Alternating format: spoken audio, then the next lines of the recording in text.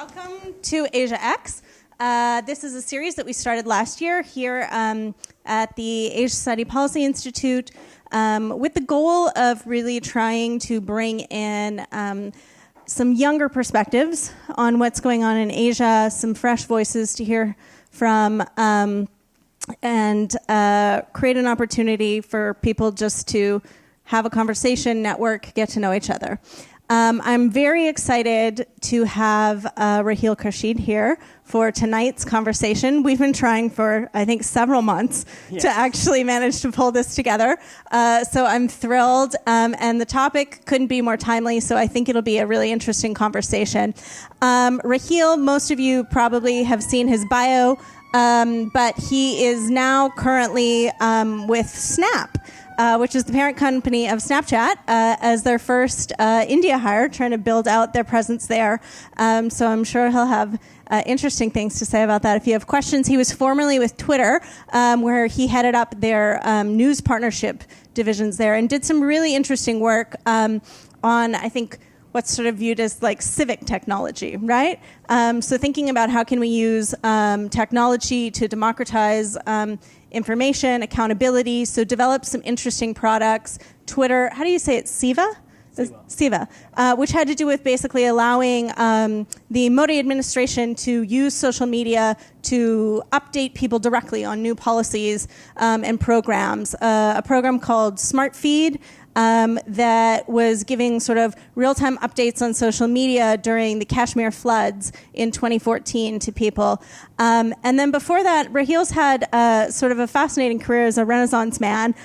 So he's worked in news, journalism as an advocate. He was with Change.org in India and really did some important work while he was there trying to help change India's rape laws. So he will have a lot to say this evening. We're going to talk sort of social media, the promise and the pitfalls in Asia, and he knows what that looks like better than most. Raheel will talk. The talk is on the record. And then when his talk is done, we're going to open it up for a discussion session. At that point, we turn off the cameras and we treat the discussion session really as off the record so that Raheel can have a bit more of a candid conversation with all of you. So with that, I am going to step aside and turn it over to him. Well, thank you so much for coming, all of you. I hope you're substantially drunk. That'll make this a lot more easier. I've spent the last four and a half years at Twitter. I now work at Snap. It means my thinking process is stunted. So I can only talk in 140 characters and below. And now I only talk in like video updates and such. For the purpose of this presentation, I thought I could take you through an overview of Asian democracy to start with, and then we could dive deep into what social media is doing or not doing to Asian democracies in general, and then we could sort of talk through some cases in particular. I've worked in Southeast Asia, South Asia, so if you have questions, I'm more than happy to answer those. From an Asian democracy point of view, I feel there are key trends in terms of a deepening democratic recession. There are declining global levels of freedom and democracy. It's not just true for Asia; it's true everywhere. There's a wave of illiberal populism.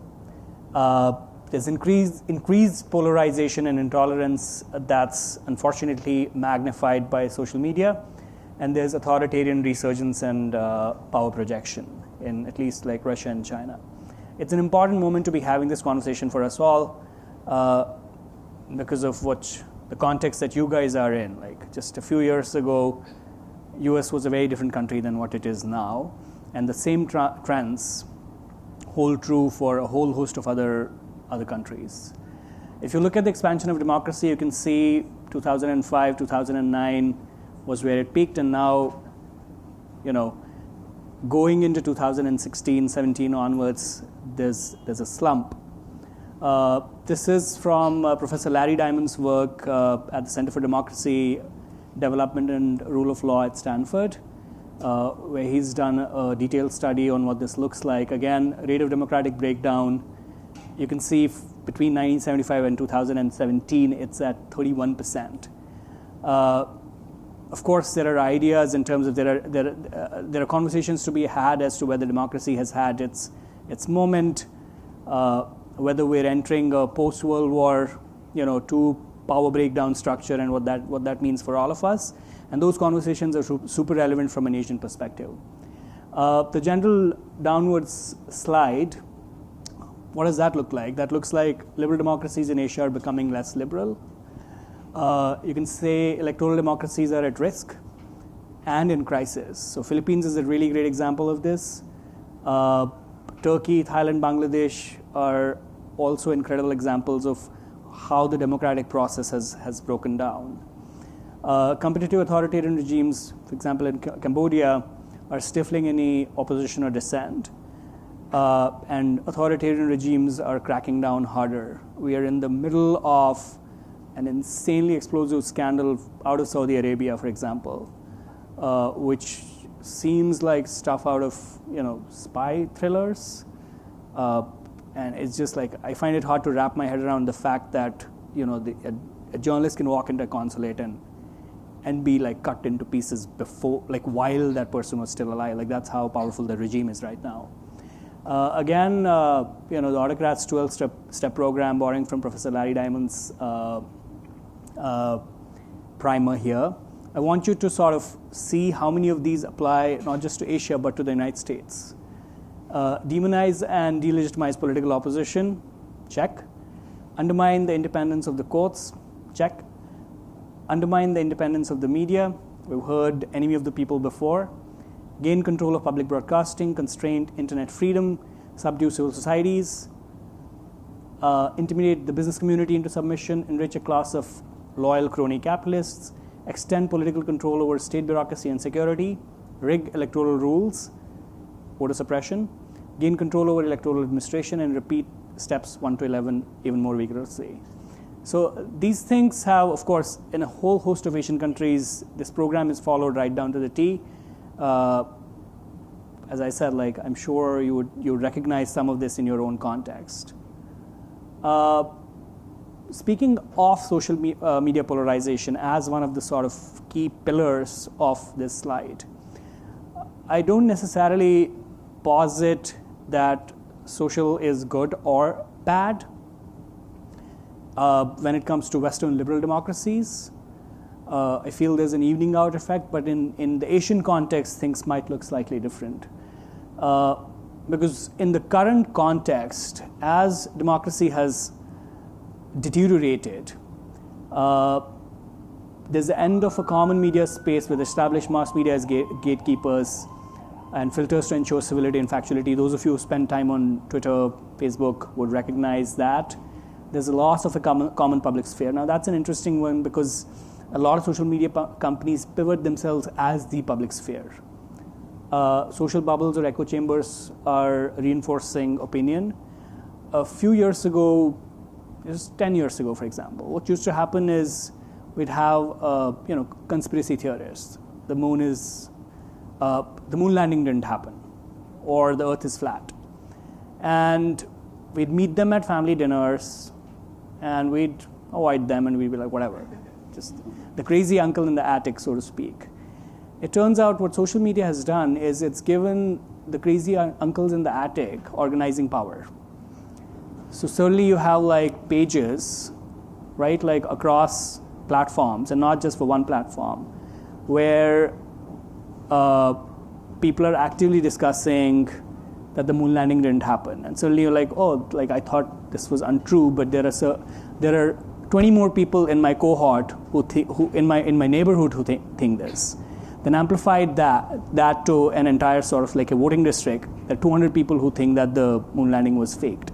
And certainly they can organize a march.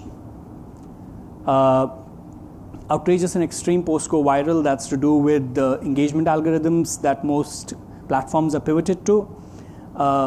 This has had an adverse effect on your election, the last presidential election. This has had an adverse effect pretty much in every election that we have seen globally. Because social media platforms, again, are they're not exactly built for amplifying the truth. They're built for amplifying what's outrageous. Now, if the truth happens to be outrageous, great, but more often than not, it's lies that are outrageous. Empowerment of extremes, polarization, more intense opinions and less tolerance, and information hacking.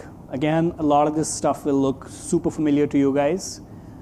Hacking into political email accounts and databases, weaponization of information, bots and trolls to magnify polarization with fake accounts, purchase of political ads on social platforms, and hacking into state voter registration databases.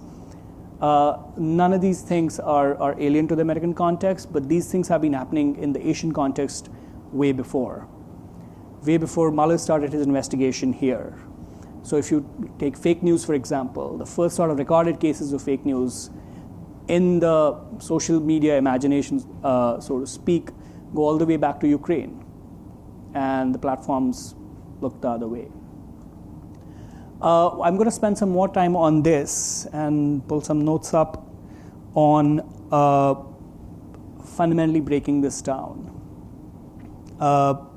If you sort of were to look at social media slightly in a slightly more nuanced manner, which all of you guys being from policy and intersection of policy and technology worlds would want to. Joshua Tucker at the at NYU Political Science, he argues that this is a bit of a two-way exchange, right? Like social media gives a platform for Democrats, but so they can organize. And they can sort of get together. You can find fellow Democrats in authoritarian regimes, if you will. But it also gives authoritarian regimes tools to amplify their point of view. Myanmar is a really good example of that. Because the internet defaulted to Facebook there, the regime was able to surcharge it with anti-Rohingya propaganda, and that helped it carry out the massacre. Again, from the point of views of censorship, it's a lot easier because what social media platforms do is they do a one-size-fits-all policy. Take hate speech, for example. And then they try and sort of apply that to multiple contexts. And the world being the complex place that it is, that often doesn't work. We in the Indian context saw this firsthand with a whole host of platforms trying to apply Western standards of free speech to the Indian market. While as an argument that we made that was, even as I was saying, even as employees of these companies, was that the emphasis has to be on equal speech. It can't be on free speech, particularly as defined by the US. While some of the censorship is centuries old, social media does help regimes incorporate new forms of censorship. So bot attacks, overwhelming your point of view with hundreds and hundreds and hundreds of posts. That's to do with your point from Cambodia earlier. And this whole sort of notion of liberation tech versus repression tech, that comes into play. A few years ago, you saw Facebook, Twitter take, they were very keen on taking credit for influencing elections. And now if you were to talk to these platforms, they want to step away from that notion.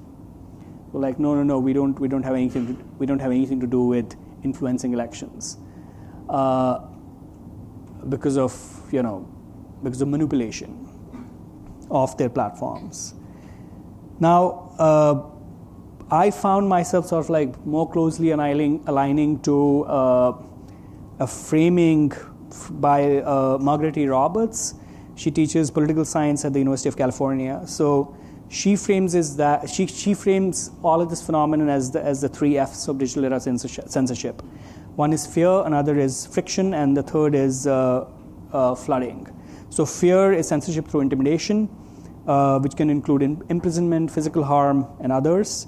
Friction is it makes it harder for you to find information, so bot attacks and such. And pro-regime messages would constitute flooding. Now, what has the platform response to this been? What has the platform response to this sort of like breaking of the bubble been? 2 years ago or 3 years ago, if you came to America, you felt like tech was going to solve everything for everyone, and that was a really nice phenomenon to be a part of. Because I was on the other side, I was evangelizing as well.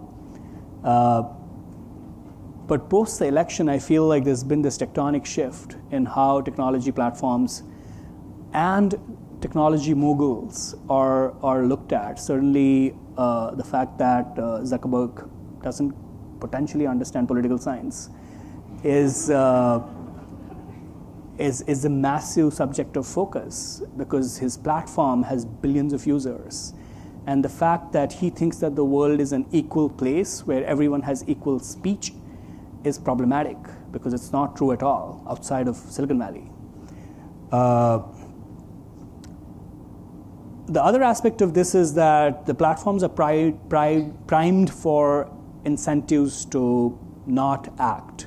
It costs money to translate your product into multiple languages. It costs money to hire people who have expertise in policy in multiple contexts.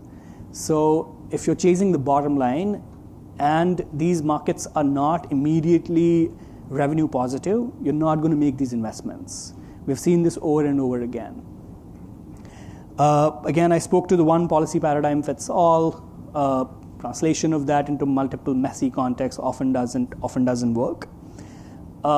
In the Russian case, we saw, and we see this not just in the US, we see this in Asia as well, where the platforms have a responsibility to make money, they're going to be doing that. They're not good. They're going to, if at one end their core is to align towards making it easier for you guys to spend money on, that's where they're going to go, because they're responsible for their bottom line to Wall Street. They're not, if in the process it's destroying democracies, well, it's too bad.